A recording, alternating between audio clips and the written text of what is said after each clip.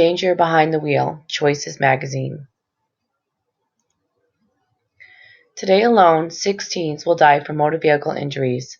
Here's why getting into the car with your friends is the biggest health hazard you'll ever face, and what you can do to stay safe.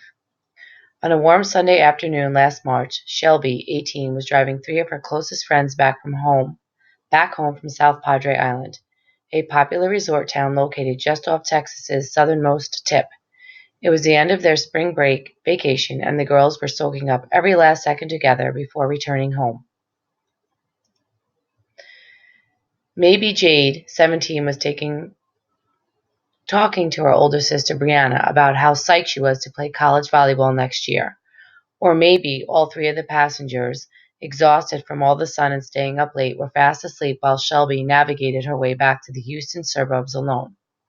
Sadly, we may never know what these friends were doing as they rolled along Highway 77 near Corpus Christi, Texas, but what police were able to piece together is that Shelby took her eyes off the road for just a moment to check her phone's GPS. Dangerous freedom. Driving is possibly the ultimate rite of passage, and it doesn't matter whether you're finally able to borrow the car yourself or you rely on your older friends for a ride. There's nothing like hopping in the car to determine your own fate. The playlist you pick to sing along to, the totally spontaneous decision to grab a snack instead of seeing a movie. With all this freedom at your fingertips, it's easy to push the risks to the back of your mind. But experts say that mindset can be deadly because what happened to Shelby and her friends is not uncommon.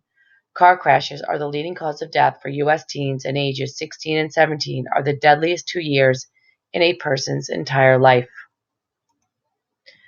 That's not only because you're still mastering the skill of driving, but also because you're struggling with the sometimes complicated responsibility of being a good passenger. Just being aware of your limits as a driver and your power from the back seat, however, can save lives. Please don't call car crashes accidents, says Jace Good, a safe driving advocate with a personal connection to the cause. As she was returning home from her college graduation in 2008, a teen talking on his phone turned left through a red light, causing a fully loaded tractor-trailer to hit her family's station wagon head-on, killing her parents and leaving Jace with a permanent brain injury. 93% of car crashes are caused by human error, so we really do have the power to keep people alive. While distracted and drowsy driving are crucial parts of the equation explaining teens' risks on the road, perhaps the most interesting pattern researchers have found is related to passengers. For 16 and 17-year-olds, the risk of being killed in a car crash increases by 44% when one passenger younger than 21 is in the vehicle. With 2 passengers, it doubles, and with 3 or more, that risk quadruples. What do you, sitting in the back of the seat, have to do with it? First, for a new driver who is still learning to detect hazards, having friends in the car presents the most intense set of distractions. But it also has to do with feeling emboldened to test the limits of your newfound independence by showing off.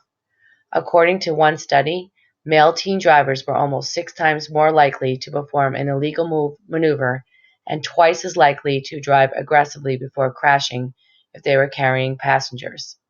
That's why across the board, driving experts are calling for a new movement among young people, where they speak up if they feel unsafe and take their co-pilot role as seriously as they would a position behind the wheel. As a passenger, you have a tremendously important job in the car, says Clower. Not only should you act as a designated texter and DJ to make sure your friend is able to maintain his or her concentration, but you should also be helping the driver spot potential hazards on the road. We like to say that a passenger can act as a collision avoidance warning system for things that the driver has missed, Clower continues. It's a daunting but crucial job. Just think about it. Maybe if someone else in the car had been navigating for Shelby that day, looking up directions or watching for oncoming traffic, she might not have swerved into that hulking 18-wheeler.